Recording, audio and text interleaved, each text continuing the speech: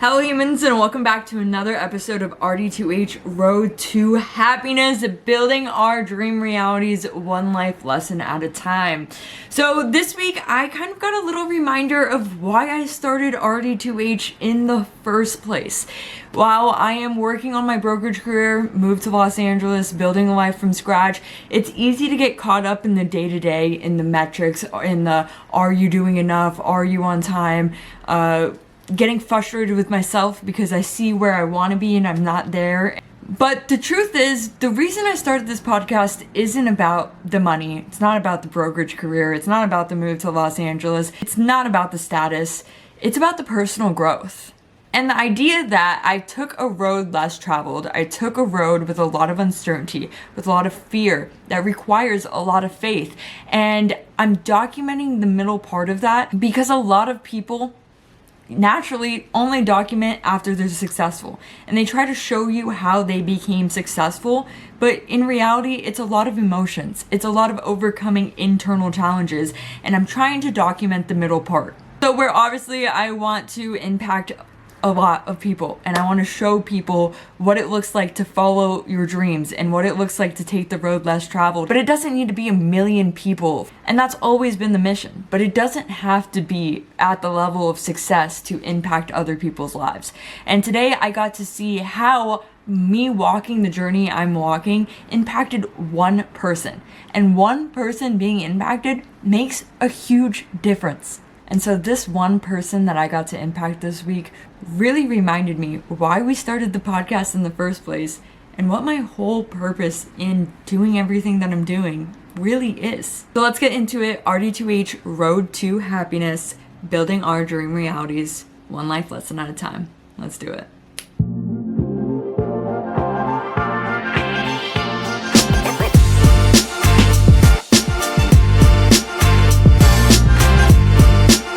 Okay, so the thing about being a rookie in brokerage is that you guys are all suffering together. Like, we are all dealing with the uncertainty, with the fear, with the bills piling up, with the not having money, and every single person who enters commercial real estate brokerage is entering on a dream.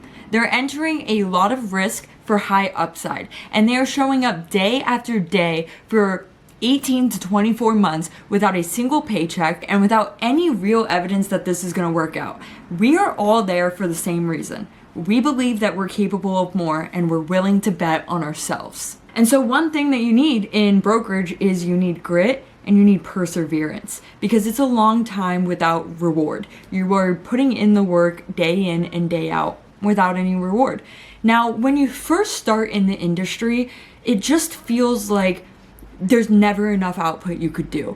You just need to make as many calls as you physically can, do as many hours as you physically can, and do absolutely nothing but work and hope that, something comes out of it. And so for a really long time, it feels like you're blind and you're throwing darts at a wall. You're making calls every single day and you're just thinking, I hope this one is the one. I hope I get lucky today. I hope I pick up the phone and somebody wants to sell their damn property, and you are walking in every single day on hope. And so after a while of fear, rejection, our brain does what it always does. It protects you and it makes you stop looking towards the outcomes and stop seeing the light at the end of the tunnel, because the uncertainty gets too big, the fear gets too big. And you've seen it throughout the episodes of my last year in Los Angeles, where I've battled every single one of those emotions that come with entrepreneurship, that come with risk, that come with a career like the path that I've chosen, that come with betting on yourself.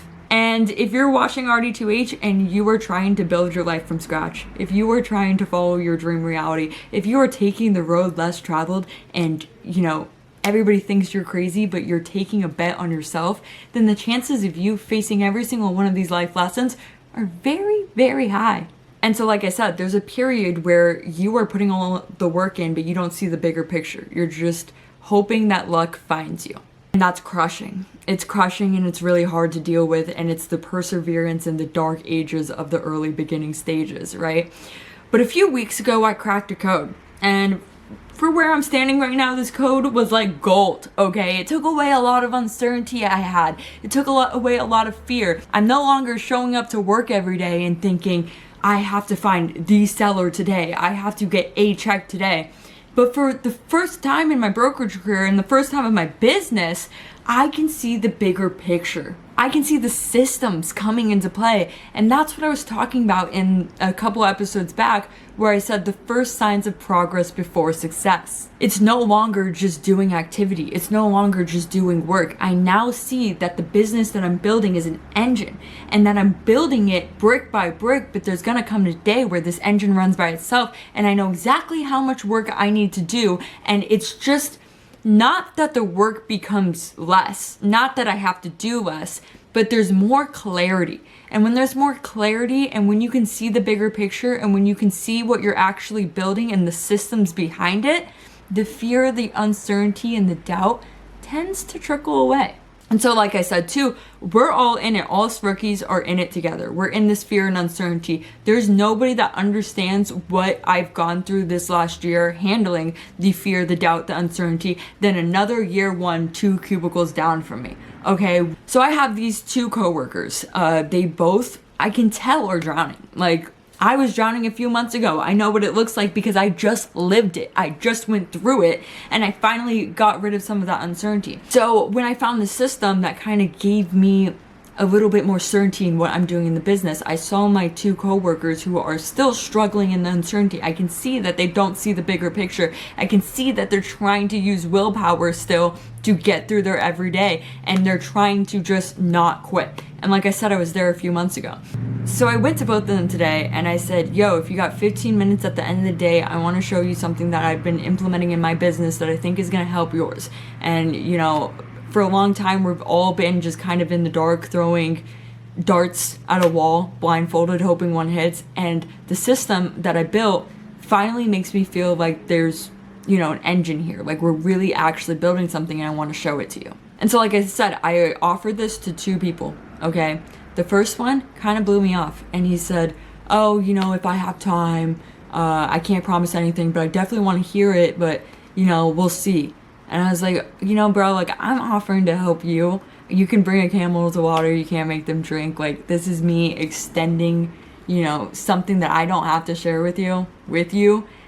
So up to you, dude. And one of the girls right next to him, I had already shown it to, and literally looked at him and said, what she's about to share with you is elite. You should make the time to listen to it, because she shared it with me yesterday and I'm implementing it in my business. The other guy I asked came up to me at exactly 4 o'clock. I said, you want to hit it at 4? He came up to me at exactly 4 o'clock. He said, Nat, what were you going to show me? Because I'm really struggling and I would really like to get some answers here.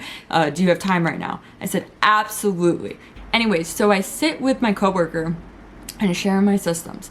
I share him how I'm tracking my territory, how I'm databasing, how I'm gaining a percentage of people reached, my long-term plan to make sure I have multiple contacts, how I'm getting meetings through follow-ups, how I'm tracking my follow-ups, how I'm tracking my proposals, how I'm tracking the hot leads versus the warm leads versus the dead leads, how I'm basically structured my business in an entire Excel sheet. And he looks at me and he says, dude, I've been tracking, but nowhere near this detail. And he says, you offered to help me last weekend and I didn't take you up on that offer. You offered to come in on a weekend to show me exactly what you're showing me, and I didn't take you up, and you were persistent enough to ask me again, and this is exactly what I needed. And sometimes that's what you gotta do. Sometimes people aren't gonna take you up on the first offer, but helping people means seeing that they're struggling and trying to be there for them. I could see my coworker struggling. I could see that he's a little bit lost. He didn't want to take me up last weekend. That's fine. I offered again, and it made a difference, and I could see it made a difference with him. But what's really interesting about this experience I had today is that it wasn't just about the systems. It wasn't about just showing him, you know, how I track my business. It wasn't showing him my business model. It wasn't even showing him how I'm booking meetings. It had nothing to do with brokerage at all, and it usually doesn't. What really impacted him today is that he was losing hope. And after I showed him the systems and he could see the whole picture and he could see the business that we're building and he could see the light at the end of the tunnel, because the way I laid it out was pretty clear that there is a way to consistently get into the money, I gave him a bit of hope that he didn't have yesterday. And he said, before this, I'm sure you've seen, I've been coming into work late. I've been leaving early. I've been trying to escape reality. He says, my mind has really been fucking with me. The fear, the doubt, the uncertainty has been eating me alive. He says, I've been trying to escape reality. I've been going to the clubs. I've been going out more. I've been avoiding my responsibilities. I've been slipping and I've been drifting. I don't know how to fix it. He keeps going and says that he used to think about real estate all the time, and he used to think about this dream all the time, and lately it's been anything but that. He's been trying to avoid work. He's been trying to avoid the calls. He's been trying to avoid the path because his mind has been eating him up alive because he doesn't see the light at the end of the tunnel. He continues even further to the episode that I just recorded 2 days ago, where he says all of his friends and his family doubt him, and they ask why he's still there, and it's been a year and he hasn't made any money in sales, and that his brother's a car salesman and makes $200,000 a year, and his brother keeps telling him, why doesn't he just give up on real estate and go sell cars? He says, Natalie, this is what I want. This is my dream. I don't want to go sell cars. I want to do real estate. And everybody's telling me I'm crazy and my mind is fucking with me and I'm doubting myself and I'm not seeing the light at the end of the tunnel. And what you just showed me, the systems that you just showed me, make me feel like there is hope. He said, Natalie, I look at you and you look like you're putting in all the right inputs and you're going to get somewhere. I don't know if I am. I don't know if what I'm doing is a waste of time. I don't see any direction. And what you just provided me looks like direction. And so that was an awesome feeling. That was an awesome feeling. And that was on a low scale. That was one person who is following a dream that is the exact same dream as mine, actually. And I know that it's filled with the fear, it's filled with the doubt, it's filled with the uncertainty, it's filled with your family and friends telling you that you're crazy, it's filled with everybody looking at you like you're wasting time, and you having a conviction and knowing that this is what you want to do and you don't want to walk out on it. And so to give one person that is struggling in that a little bit of direction and a little bit of hope that there is a bigger picture and that their work is not wasted. It reminded me that's why I started the podcast in the first place, to do what I did today with that one coworker on a much bigger scale, and to show people that it is possible. It is possible to, ignore everybody and to build your dream reality, but it doesn't come without the sacrifice, the doubt, and the hard times. You can't skip these chapters of the beginning that I'm going through. You can't, fast forward success. And the more people that I could help get from one period of doubt into a little bit more certainty and a little bit more motivation and a little bit more hope, that's my entire reason for doing everything I'm doing. And it's also the idea that other people's success doesn't lessen yours. I had a major breakthrough moment. I built systems that other rookies don't see. I'm seeing the bigger picture of brokerage that the other rookies who started at the same time as me haven't gotten to that point. Now I could sit here and I could gatekeep it and I could say, oh, I'm so much better than you and you don't have this and you haven't figured it out, like good fucking luck. But other people's successes don't lessen mine. Why would I not want to help them get to a better place? Why would I not want to help them get to a little bit of certainty? And if I can do that, awesome. But that doesn't mean everybody's going to take it, like I said. And that's fine too. Because at the end of the day, we spend our entire lives looking up. I look up to my mentor. He is able to work 12-hour days, generate more activity, more leads, and better conversations than I can. I look up to him and I think, why can't I just sit at my desk and work for 12 hours? Because I'm watching him work for 12 hours. Why can't I do that? And it's so frustrating. But then there's a coworker looking at me and they're thinking, why can't I do what Natalie does? Why can't I book the amount of meetings that Natalie does? Why can't I be as consistent as Natalie? So while I'm looking at my mentor and thinking, why can't I book how many meetings he does? Why can't I get the listings he does? Why can't I be as consistent as him? Somebody else is looking at me and saying the exact same thing. So we're all constantly looking up and we're constantly on this food chain, right? There's always going to be somebody better than you. There's always going to be another level that you're looking to get to. There's always going to be another mountain to climb. And everybody's always fighting to win that next battle, and everybody's always fighting to close the gap. And the person that you think is just gliding through it and they're doing so much better and they're doing it seems so easy for them and you're thinking, why can't I be like them?